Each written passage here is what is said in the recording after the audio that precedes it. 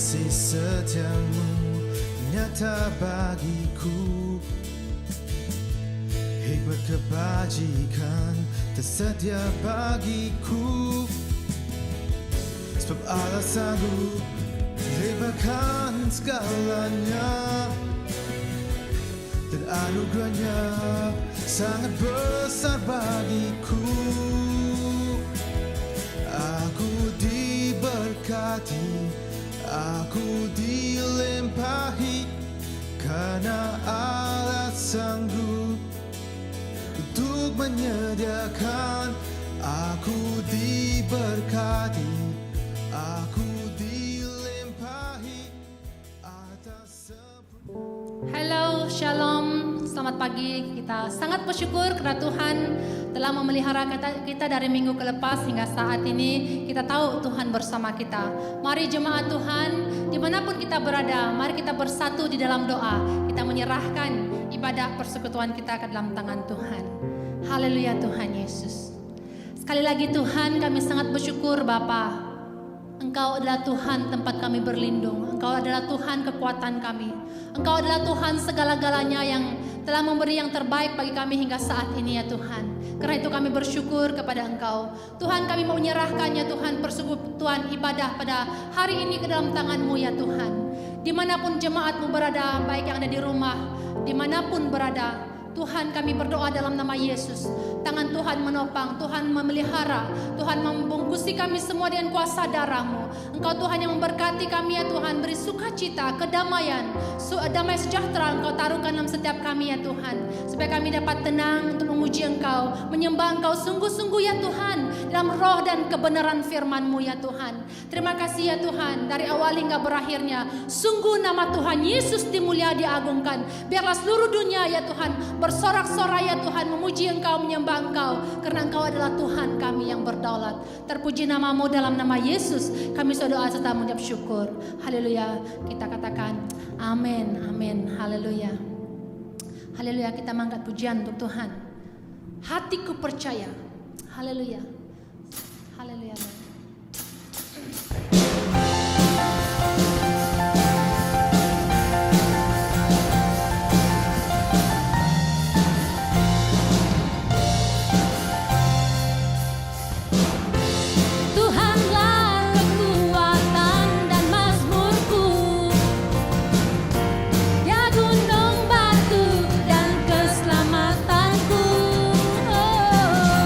Hanya padamu hati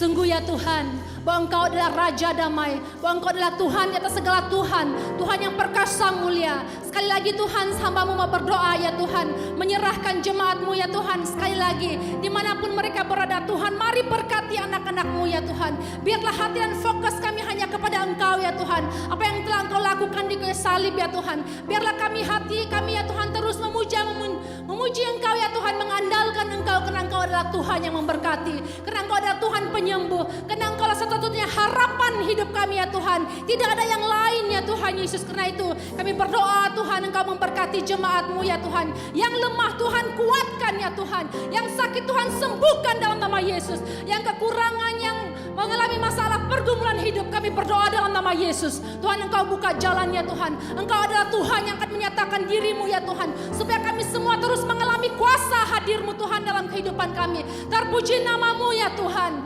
Haleluya, haleluya Tuhan. Engkau sungguh amat baik dalam nama Yesus. Haleluya Tuhan. Haleluya Tuhan. Satu-satunya yang ku andalkan, satu-satunya yang ku percaya, Engkau sumber kekuatan, sumber pengharapan, sumber kedamaian.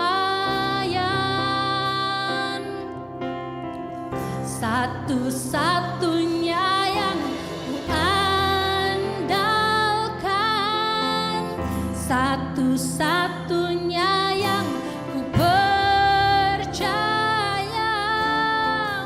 Engkau Tuhan memberkati, Tuhan penyembuhku, Tuhan pemulihku. Haleluya. Engkau Tuhan yang setia, waktu-Mu selalu yang terbaik. Engkau Tuhan sandaranku, dan ku hanya kan berharap padamu. Satu-satunya yang ku andalkan,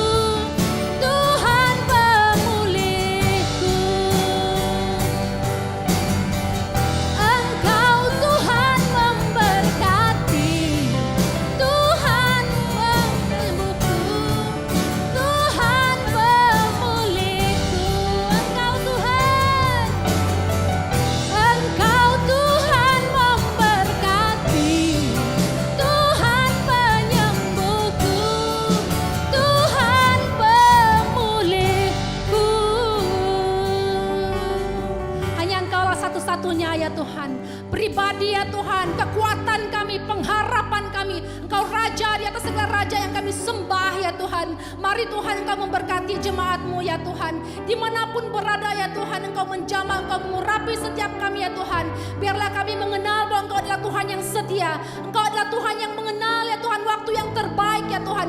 Hanya padamu Tuhan satu-satunya pribadi yang kami inginkan ya Tuhan dalam kehidupan kami. Mari ya Tuhan Yesus, Engkau terus bersama kami ya Tuhan, memberi kekuatan baru dan semangat baru untuk kami semua ya Tuhan, menjalani hari-hari yang mendatang ya Tuhan. Walau apapun badai yang kami hadapi ya Tuhan, kami tetap percaya Tuhan Engkau ada di hadapan kami. Kami tetap percaya bahwa kami lebih dari pemenang ya Tuhan Yesus, sesuai dengan apa yang telah Engkau firmankan ya Tuhan. Engkau gembala yang sungguh amat baik bagi kami ya Tuhan. Oh haleluya Tuhan, terpuji nama-Mu ya Tuhan. Terima kasih Bapa Syurgawi untuk kasih setia-Mu ya Tuhan yang tak pernah berkesudahan di kehidupan kami. Haleluya Tuhan, terpuji nama-Mu. Hanya di dalam nama Yesus Kristus Tuhan, Juru Selamat kami sudah doa serta mengucap syukur. Haleluya, semua kita katakan amin, amin. Oke, saya serahkan masa kepada pastor yang membawa kita dalam firman Tuhan. Haleluya. Shalom, puji Tuhan, selamat pagi kepada kita semua pada pagi hari ini. Kita bersyukur karena kebaikan Tuhan yang telah menyertai, telah memimpin kita sepanjang 1 minggu yang telah kita lewati dengan pertolongan Tuhan. Dan hari ini kita bersyukur kalau kita boleh berada di rumah Tuhan dan kita boleh bersama dalam mendengarkan firman Tuhan. Itu adalah oleh karena kasih setia Tuhan dan pemeliharaan Tuhan kepada kita semua.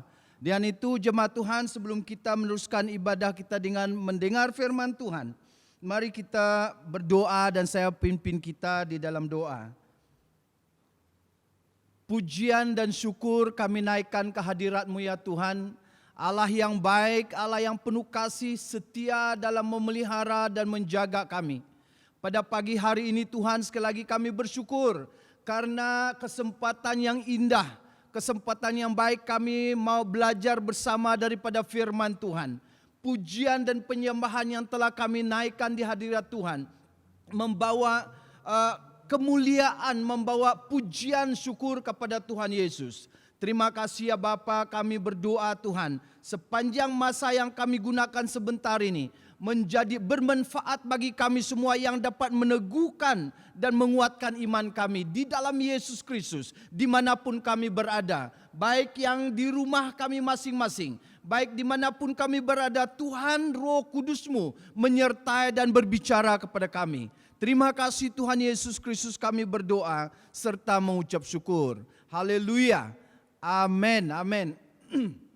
Jemaat Tuhan, pada pagi hari ini saya ingin membawa kita untuk membaca sebahagian firman Tuhan dan mendengar firman Tuhan bersama. Yang saya ambil daripada Yohanes. Mari kita melihat di dalam Alkitab kita masing-masing. Di dalam Yohanes pasal yang ke-15 ayat 1 sampai ayat yang ke-8. Injil Yohanes pasal 15 ayat 1 sampai ayat yang ke-8 yang berkata demikian. Ayat 1, Akulah pokok anggur dan yang benar dan Bapakkulah pengusahanya. Setiap ranting padaku yang tidak berbuah dipotongnya dan setiap ranting yang berbuah dibersihkannya supaya ia lebih banyak berbuah. Kamu memang sudah bersih karena firman yang telah kukatakan kepadamu. Tinggallah di dalam aku dan aku di dalam kamu. Sama seperti ranting tidak dapat berbuah, perhatikan ini sekali lagi. Sama seperti ranting tidak dapat berbuah dari dirinya sendiri kalau ia tidak tinggal pada pokok anggur. Demikian juga kamu tidak berbuah jikalau kamu tidak tinggal di dalam aku. Ayat yang kelima, Akulah pokok anggur dan kamulah ranting-rantingnya. Barang siapa tinggal di dalam aku dan aku di dalam dia, ia berbuah banyak. Perhatikan, ia berbuah banyak. Sebab di luar aku kamu tidak dapat berbuat apa-apa. Barang siapa tidak tinggal, sekali lagi, barang siapa yang tidak tinggal di dalam aku, ia dibuang keluar seperti ranting yang menjadi kering. Kemudian dikumpulkan orang dan dicempakkan ke dalam api, lalu dibakar. Ayat yang ke-7 dan ayat yang ke-8, jikalau kamu tinggal di dalam aku, dan firmanku tinggal di dalam kamu. Wow, ini indahnya. Mintalah apa saja yang kamu kehendaki. Mintalah apa saja yang kamu kehendaki, dan kamu akan menerimanya. Haleluya. Dalam hal inilah Bapakku dipermuliakan, yaitu jika kamu berbuah banyak, dan dengan demikian kamu adalah murid-muridku. Saudara yang saya kasih dalam Tuhan Yesus Kristus, tema daripada pembacaan kita pada pagi hari ini yang saya ingin bawa kepada kita, diambil daripada pembacaan kita, yaitu hidup untuk menghasilkan buah. Hidup untuk menghasilkan buah.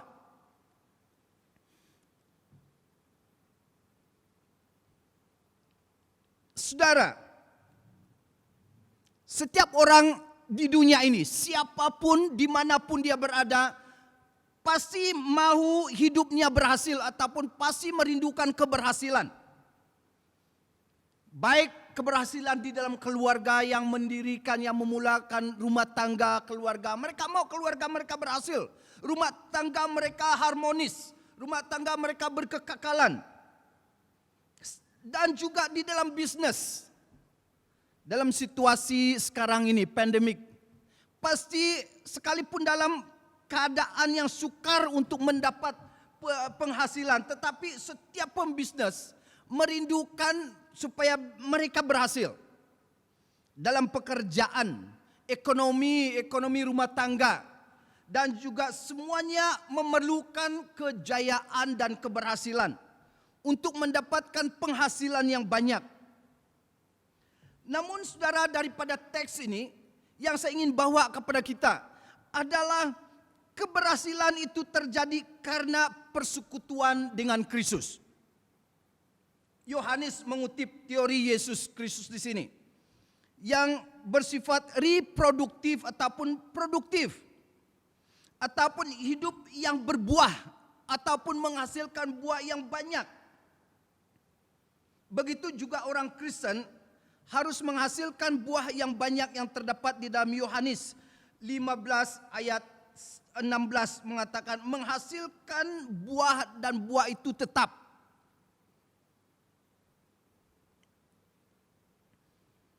Nah, kita lihat latar belakang sedikit.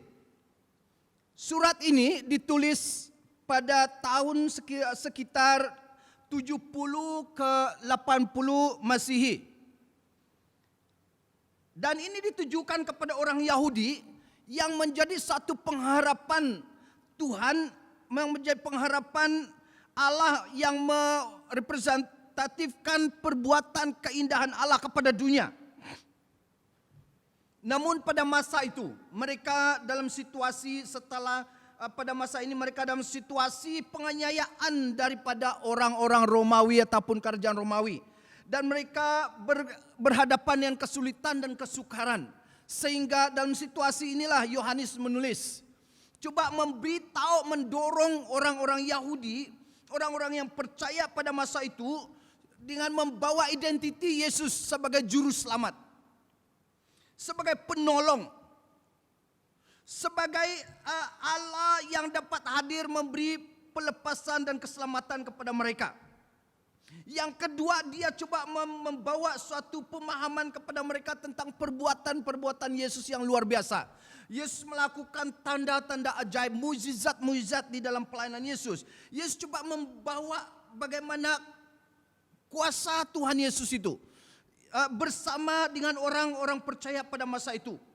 Kemudian juga yang ketiga, Yohanes coba membawa kepada mereka bagaimana perintah-perintah ataupun apa perintah-perintah yang Yesus sudah sampaikan, tinggalkan kepada mereka supaya mereka taati. Namun sedihnya saudara, sampai kepada pasal 15 ini, Yohanes coba menjelaskan bagaimana orang Israel yang sesungguhnya menjadi biji mata Allah, yang merepresentatifkan kerajaan Allah di bumi, telah berubah menjadi akar-akar yang liar dan menjadi anggur-anggur yang palsu.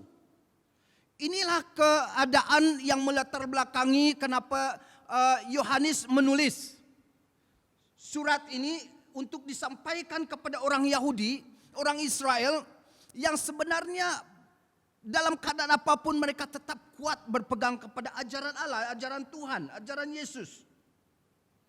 Dengan itulah Yohanes menggunakan ini sebagai metafora ataupun pengajaran yang bersifat figuratif ataupun gambaran-gambaran. Sehingga kita lihat dalam pembacaan kita tadi banyak gunakan gambaran tentang anggur, pokok anggur, ranting-rantingnya, buah anggur. Dan semua itu gambaran-gambaran yang akan kita lihat dan kita kupas bersama dalam khotbah ini. Nah, kita lihat di dalam Yesaya pasal 5 ayat 7 berkata begini. Sebab kebun anggur Tuhan yang maha kuasa adalah umat Israel. Dan orang-orang Yahuda adalah pohon anggur yang ditanamnya. Dari mereka ia mengharapkan keadilan, tetapi hanya ada kelaliman. Ia mengharapkan mereka menegakkan kebenaran, tetapi hanya ada jeritan minta keadilan. Inilah yang terjadi, yang melatar belakangi kenapa Yohanes mau memberi, sekali lagi memperingatkan orang-orang percaya yang sedang berada dalam tekanan-tekanan dan kongkongan kerajaan Romawi. Nah, kita lihat ada beberapa konsep yang saya ingin bawa kepada kita daripada metafora ini ataupun daripada pengajaran yang bersifat figuratif ini. Saya gunakan konsep. Paling tidak saya membawa kepada kita 5 konsep daripada teks ini. Yang pertama, konsep yang pertama yaitu berkenaan dengan Yesuslah pokok anggur. Kitalah ranting-rantingnya. Dan Bapaklah pengusahanya. Ini satu gambaran tentang pokok yang tidak terpisahkan dari ranting. Ataupun ranting itu tidak terpisah dari pokok itu. Jadi apabila pokok itu, ranting itu bersatu dengan pokoknya, maka dia akan berbuah lebat. Dan Bapa yang memelihara. Ini sesederhana inilah ilustrasi yang Yohanes pakai, yang menjelaskan bagaimana Yesus coba memberi pengajaran kepada mereka pada masa itu.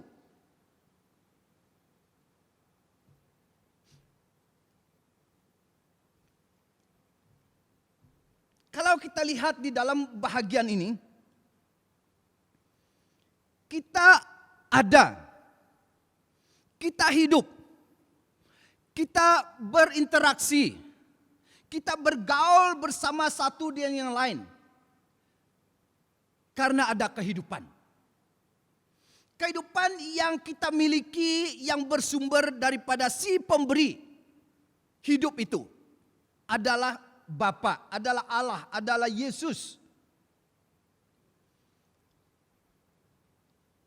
Jadi kalau ada Allah yang menciptakan, maka adalah penghidupan, adalah kehidupan. Jadi kehidupan itu bersumber daripada Bapa. Dengan itu manusia tidak dapat hidup tanpa hembusan nafas daripada Allah. Ini yang coba digambarkan, tidak boleh dipisahkan.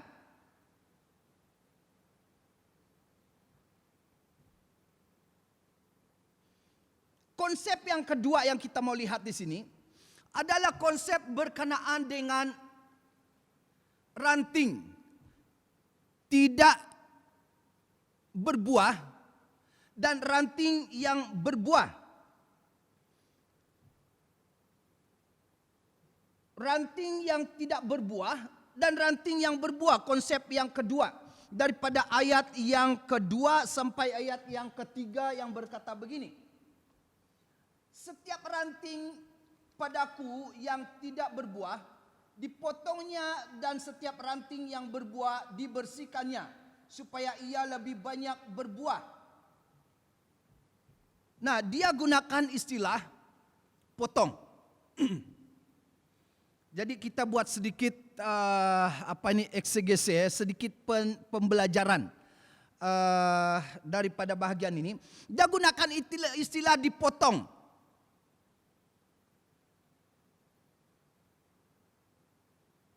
Dan yang berbuah dibersihkannya supaya ranting itu boleh berbuah lebat.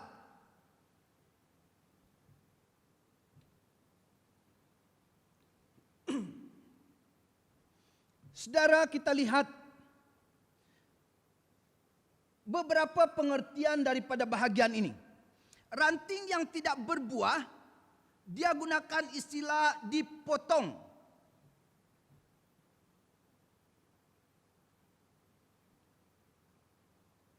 Dan kita akan lihat di sana nanti. Dan yang kedua itu, ranting yang berbuah katanya dibersihkannya.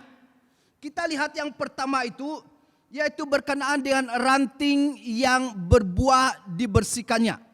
Istilah dipotong tadi kita lihat. Dia gunakan istilah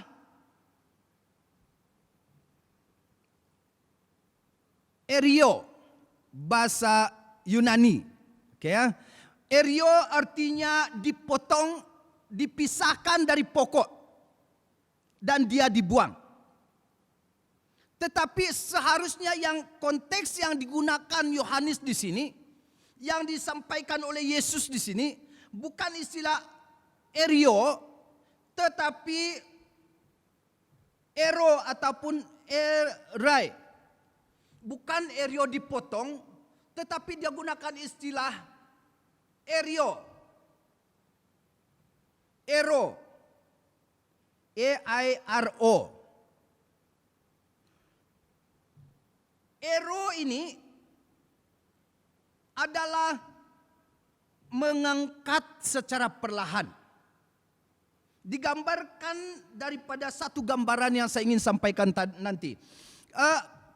Di antara pokok anggur ini ataupun cabang-cabang pokok anggur ini ada yang disebut dengan akar yang terlalu cepat menjelar.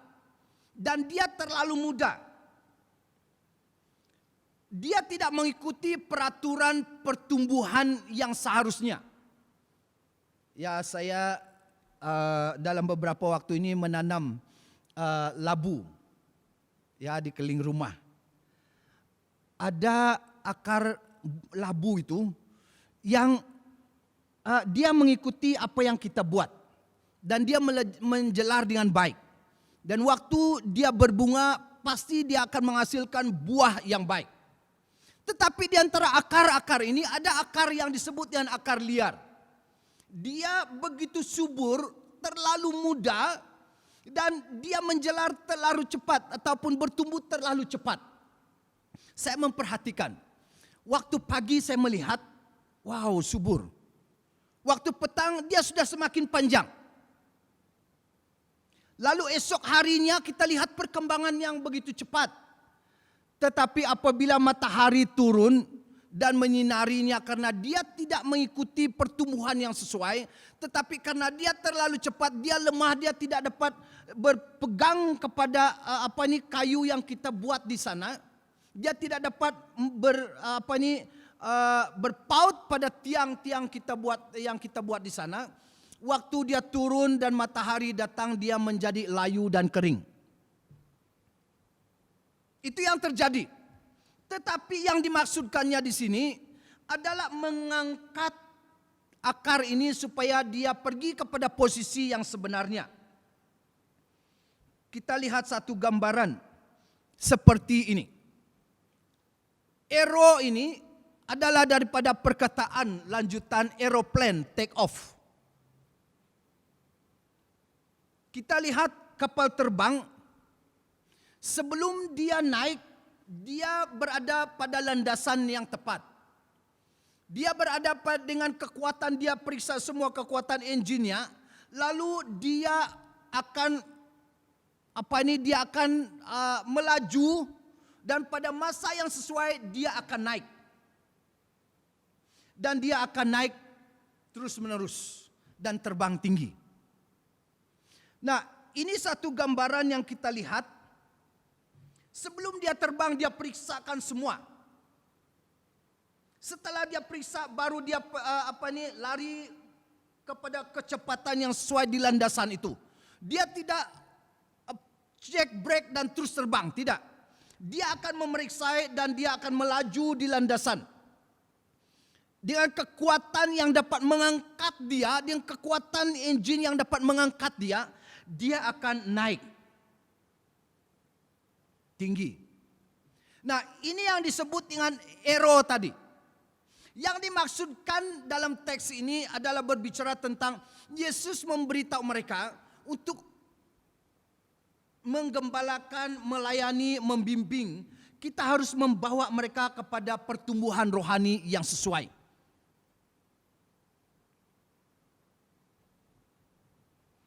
Nah, konsep ini yang saya maksudkan tadi.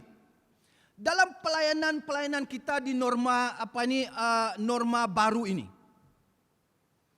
banyak keadaan yang kita hadapi, banyak hal yang kita dengar, kesulitan-kesulitan, masalah-masalah yang sedang dihadapi oleh jemaat, oleh gereja, oleh orang percaya, tekanan-tekanan yang mereka hadapi, kesulitan ekonomi mungkin, persoalan rumah tangga mungkin.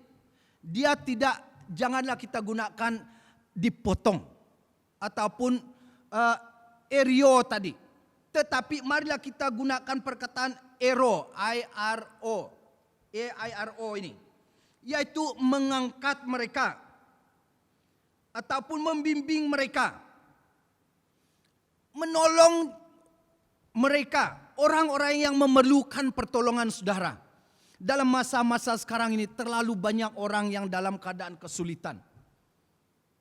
Mereka perlu pertolongan kita. Pagi-pagi ini saya telah bangun dan saya mendengar banyak orang sembahyang, kita tahu itu. Dan keadaan-keadaan yang tenang, saya keluar dari rumah dan saya mulai berdoa. Tuhan, banyak orang pada masa sekarang ini yang sedang mencari kebenaran. Sedang pada saat ini banyak orang yang berteriak, berseru dan mau kebenaran, mau mengenal kebenaran. Tuhan, pakailah orang percaya. Pakailah tubuh Kristus. Pakailah jemaatmu untuk membimbing mereka kepada kebenaran. Pertemukanlah mereka kepada orang-orang yang dapat membimbing mereka kepada kebenaran. Jangan biarkan mereka Tuhan. Ini doa saya. Ini yang dimaksudkan dengan istilah aero tadi. Angkat, bimbing, gembalakanlah mereka. Bukan istilah dipotong. Yang berikutnya. Ranting yang berbuah ayat 2c ataupun fruit bearing branches yang dia maksudkan di sini.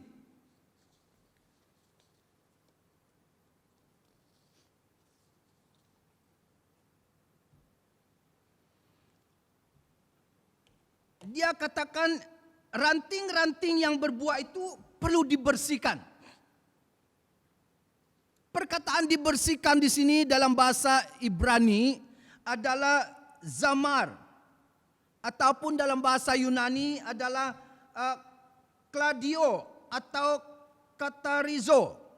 Artinya bersihkan ataupun bersih ataupun potong, asingkan dahan-dahan yang sudah mati ataupun bahagian-bahagian yang tidak diperlukan.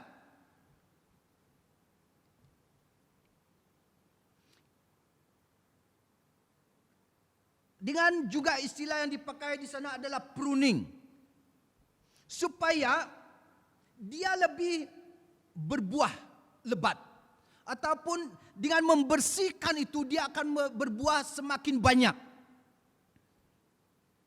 Dan dari tunas-tunas itu akan menghasilkan buah yang lebat. Saudara, di rumah juga saya gunakan ini sebagai satu pengalaman, strawberry. Apabila stroberi itu terlalu besar dan dia akan tidak menjadi begitu cantik. Tetapi kalau saya potong, saya trim dia, saya bersihkan dia, dan apabila setiap tunas yang bertumbuh, dari situlah banyak buah-buah stroberi yang kecil-kecil. Nah, ini yang dimaksudkannya dengan kata zamar. Ranting yang berbuah itu dibersihkannya. Jadi saudara, sebagai hamba Tuhan, sebagai orang Kristen, selagi kita hidup di dunia ini tidak ada yang sempurna. Tidak ada yang mencapai kesempurnaan Kristus. Tetapi selagi kita hidup di dunia ini pasti ada kelemahan. Ada kekurangan. Ada kesilapan. Dengan itulah perkataan ranting-ranting yang berbuah ini dibersihkan, artinya sekalipun kita berhasil ataupun sekalipun kita dalam pelayanan sebagai orang Kristen, sebagai orang yang setia mengikuti Tuhan, kita belum sempurna, saudara. Yesus katakan, kita perlu disempurnakan dengan beberapa hal yang masih ada di dalam diri kita, yang perlu kita tanggalkan supaya kita menjadi semakin sempurna, semakin dipakai oleh Tuhan di dalam pelayanan. Saudara, kita tidak heran dalam beberapa masa ini, tahun-tahun ini, dalam beberapa tahun-tahun yang lalu kita mendengar banyak pengkhotbah-pengkhotbah besar yang gagal di dalam iman mereka, gagal di dalam pelayanan mereka, gagal sebagai orang Kristen. Tidak sedikit orang Kristen yang sudah meninggalkan dan kasih Tuhan dan tidak setia lagi di dalam pelayanan. Kenapa? Karena kita tidak memperhatikan bahagian dan menjaga bahagian-bahagian hidup kita yang dalam bahasa Indonesia menjadi rawan pencobaan, yang menjadi tempat di mana iblis akan masuk dan untuk melemahkan dan merosakkan serta menggagalkan kita. Karena itu saudara, selagi kita hidup di dunia ini, selagi itulah kita perlu kesempurnaan, perlu pertolongan Tuhan. Bagian-bagian hidup kita yang perlu dikuatkan. Bagian-bagian kehidupan kita yang lemah perlu kita serah kepada Tuhan. Hidup kita menjadi hidup yang dipimpin oleh Roh Kudus, dipimpin oleh Tuhan terus menerus. Satu hamba Tuhan, sebenarnya dia anak seorang pemimpin besar. Dalam minggu ini dia berkhotbah. Dia katakan begini, ya, saya adalah anak seorang pengkhotbah besar dan pemimpin besar. Saya aktif di dalam pelayanan sebagai remaja, sebagai pemuda-pemudi. Saya aktif dalam memimpin puji-pujian. Saya aktif dalam menyampaikan firman Tuhan dan berkhotbah. Tetapi saya sadar bahwa masih banyak kelemahan. Kelemahan yang ada pada saya. Karena itu saya menyadari bahwa hidup di dalam Tuhan ini, hidup mengikuti Tuhan ini perlu dikuduskan, perlu dibersihkan, perlu ditolong Tuhan setiap hari untuk mencapai pertumbuhan rohani yang bersifat progresif. Ini yang disampaikan olehnya. Jadi inilah perkataan yang dipakai zamar di sini. ataupun klediov di sini, ataupun kata rezo yang dipakaikan di dalam bahagian ini. Masih kita perlu Tuhan membentuk kita. Masih kita perlu ditolong Tuhan supaya kita menjadi orang yang semakin berbuah, semakin dapat dipakai Tuhan dan semakin menghasilkan buah yang banyak. Konsep yang ketiga, ranting sebagai tubuh Kristus. Nah, ini menarik saudara. Ranting yang disebut dengan klema ataupun kalo menggambarkan persekutuan Kristus dengan jamaatnya. Yang dia gunakan tadi digambarkannya dengan pokok, anggur, dan ranting ataupun cabang-cabangnya. Ranting dan pokok itu tidak boleh dipisahkan. Ini menggambarkan persekutuan, kesatuan Kristus dengan jamaatnya, Kristus dengan gerejanya, Kristus dengan pemimpin-pemimpin gerejanya, Kristus dengan orang percaya. Saudara, ini yang dikatakan setiap orang Kristen itu harus senantiasa disatukan dengan Kristus. Senantiasa hidup di dalam kekudusan bersama Kristus. Supaya kita dapat dan mampu menghadapi tentangan-tentangan dan cabaran-cabaran di era baru ini. Banyak persoalan, banyak tentangan yang pasti kita hadapi. Karena hari-hari ini adalah menuju kepada hari-hari yang semakin dan semakin mencabar. Hari-hari yang semakin jahat, kata firman Tuhan. Karena itulah kita perlu menguatkan iman kita. Karena itulah kita perlu semakin hari semakin dalam kita bersatu dengan Kristus, dengan Tuhan, di dalam iman dan percaya kita. Konsep yang keempat,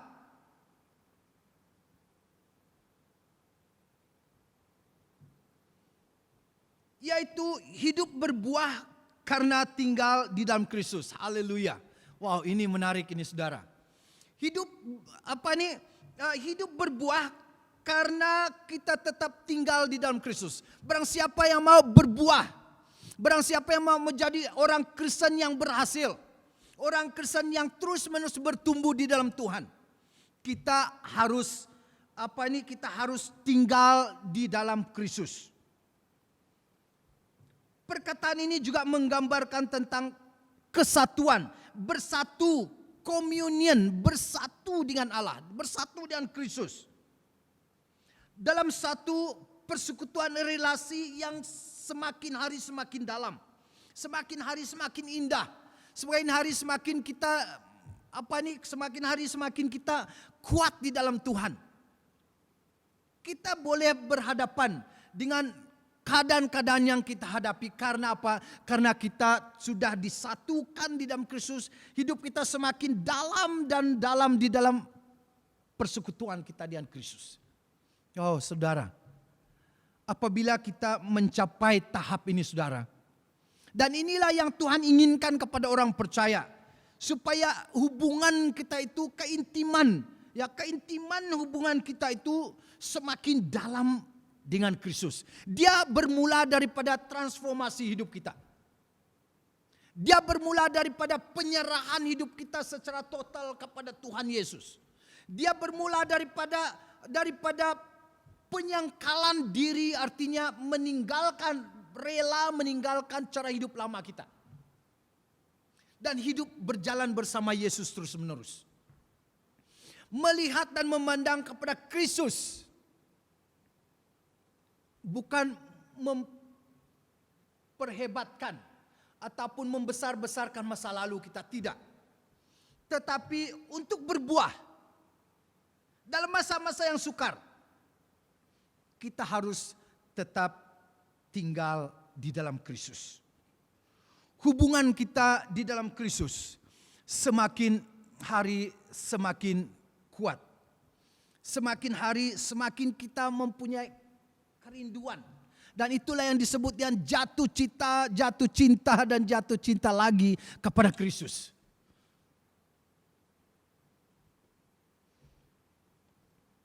Semakin dalam, semakin mengasihi Yesus.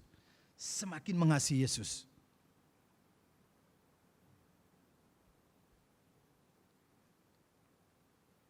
Konsep yang berikutnya. Yang kelima. Setelah kita melalui semuanya saudara. Kita sudah bersatu dengan Kristus. Kita sudah tetap berada bersama pokok anggur itu. Dan kita mulai berbuah. Berbuah lebat, berbuah banyak. Dan ayat yang ketujuh mengatakan. Wow. Minta apa saja. Apabila kita sudah bersama disatukan di dalam Kristus, relasi kita semakin dalam dengan di dalam Kristus dan kita hidup di dalam kebenaran firman Allah, minta apa saja. Ya, dalam ayat yang ketujuh saya ingin membaca untuk kita. Ayat yang ketujuh berkata demikian. Jikalau kamu tinggal di dalam aku dan firman, perhatikan. Jikalau kamu tinggal di dalam aku, kata Yesus, dan firman Tuhan, firmanku tinggal di dalam kamu. Dua ini, tinggal di dalam Yesus dan tinggal di dalam firman-Nya. Seterusnya, mintalah apa saja yang kamu kehendaki. Wow, ini keindahan di dalam Tuhan.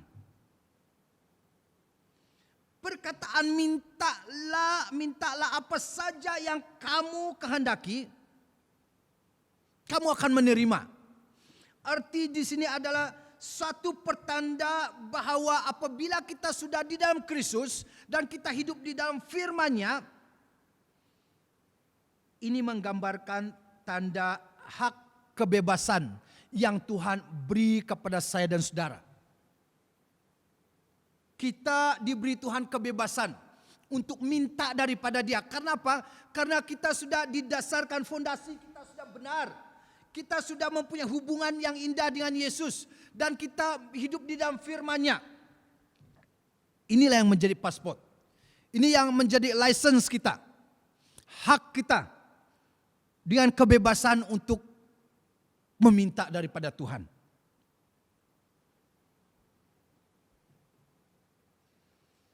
Dan inilah berbicara tentang waktu kita minta daripada Dia, Dia melakukan, Dia boleh menyatakan manifestasi kuasanya di dalam pelayanan-pelayanan kita. Mungkin kita diminta untuk mendoakan orang sakit. Karena kita hidup di dalam Kristus dan di dalam firman-Nya, waktu kita berdoa Tuhan sembuhkan. Mungkin waktu kita memerlukan pekerjaan, yang sedang mencari pekerjaan, kita berdoa, Tuhan menyediakan, memberikan. Kenapa? Karena kita sudah hidup di dalam Kristus dan juga hidup di dalam firman-Nya.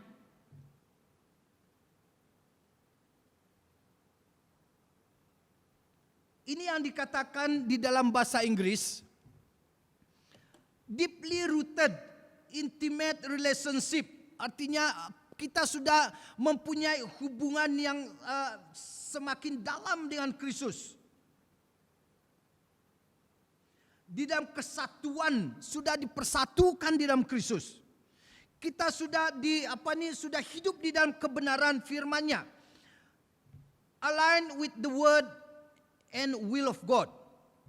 Di dalam Yohanes pasal 14 ayat 13 sampai 14.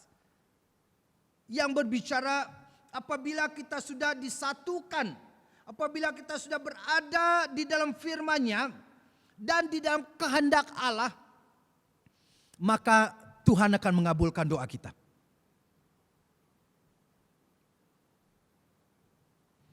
Dengan kata lain, doa-doa kita, permohonan-permohonan kita itu adalah berada pada kehendak Tuhan. Sehingga dia katakan, maka mintalah apa saja yang kamu kehendaki, maka kamu akan mendapatnya. Kenapa saudara? Karena kita berada di dalam pokok anggur itu, yaitu Kristus.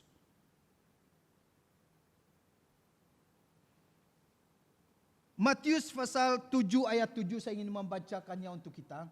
Matius pasal 7 ayat 7 yang berkata,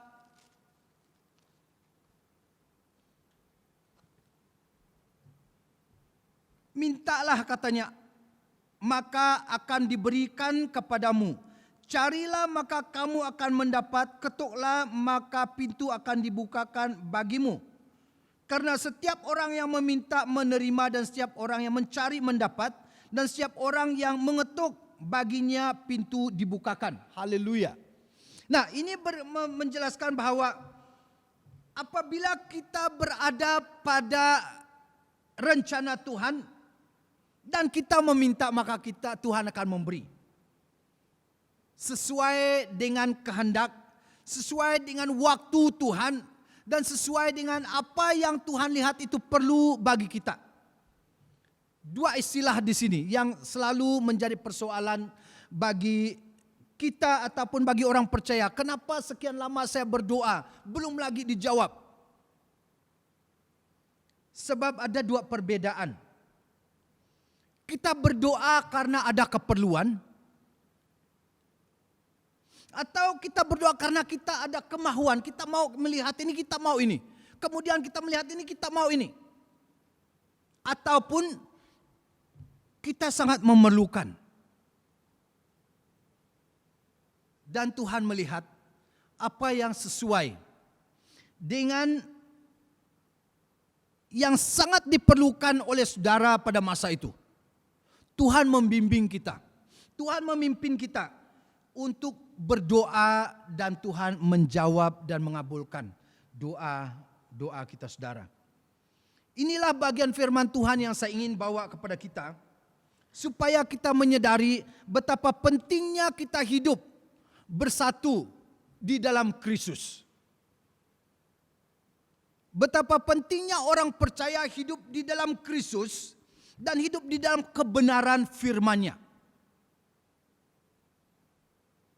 Sebagai kesimpulan, Yesus adalah pokok anggur, kita adalah ranting-rantingnya, dan Allah Bapa lah pengusahanya.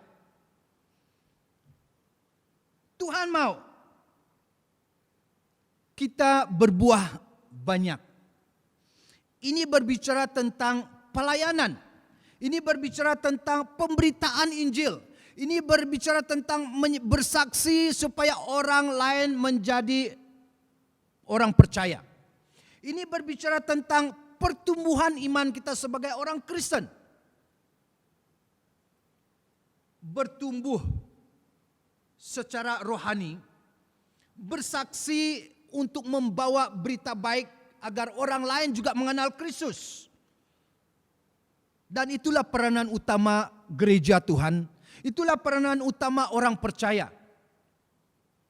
Dan apabila semua ini sudah berada pada landasan yang tepat dan sesuai, Yesus katakan, mintalah apa saja yang kamu kehendaki, kamu akan mendapat.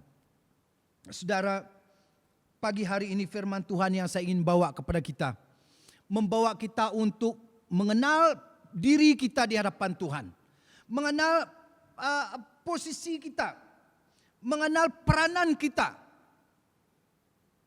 di dalam firman, dan berdoa, mintalah, maka Tuhan akan menjawab. Haleluya. Mari kita berdoa.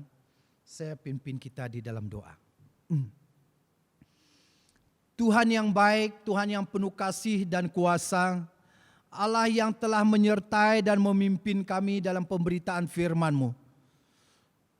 Kami mohon supaya Roh Allah akan memberi pengertian yang jelas, memberi kami memahami kebenaran-Mu dan hidup di dalam kebenaran-Mu. Terima kasih Tuhan Yesus, pimpinlah kami semua pada hari ini. Dan dalam kami memasuki minggu yang baru ini juga, Tuhan firman-Mu tetap tinggal di dalam kami, supaya kami menghasilkan buah, dan buah itu tetap. Terima kasih Tuhan. Dalam dan di atas nama Yesus Kristus, kami berdoa serta mengucap syukur. Haleluya. Amin. Amin. Baik, jemaat Tuhan yang saya kasih dalam Tuhan Yesus Kristus, sebelum kita mengakhiri kebaktian kita, mari kita dengar pengumuman minggu ini.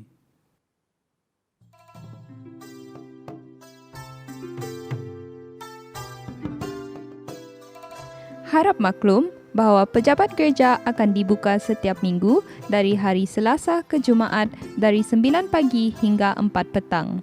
Servis gereja juga akan berterusan melalui online dari channel YouTube kita, Pelita Creatives. Setiap hari Rabu, BM Pelita akan berdoa bersama-sama melalui doa syafaat. Perkara yang akan didoakan akan diumum melalui WhatsApp. Mari kita terus mendoakan satu sama lain. Persepuluhan dan persembahan boleh diberi melalui cek, deposit tunai dan online banking ke akaun gereja kita. Butiran gereja adalah seperti berikut. Jika anda telah membuat pemberian, sila maklumkannya kepada bendahari gereja kita, Deacon Richard Pengiran. Kami di BM Pelita ingin mengucapkan selamat hari jadi kepada mereka yang menyambut pada bulan ini. Kami berdoa semoga Tuhan sentiasa memberkati anda dan keluarga anda. Terima kasih karena bersama dengan kita dalam ibadah pagi ini. Kita harap kita dapat bertemu lagi minggu yang akan datang. Sekian, Tuhan Yesus memberkati.